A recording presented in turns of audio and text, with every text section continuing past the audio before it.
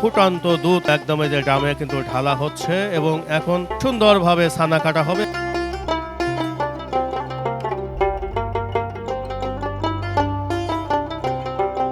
ধীরে ধীরে কিন্তু ছানাটা একটু ঘন হয়ে যাচ্ছে।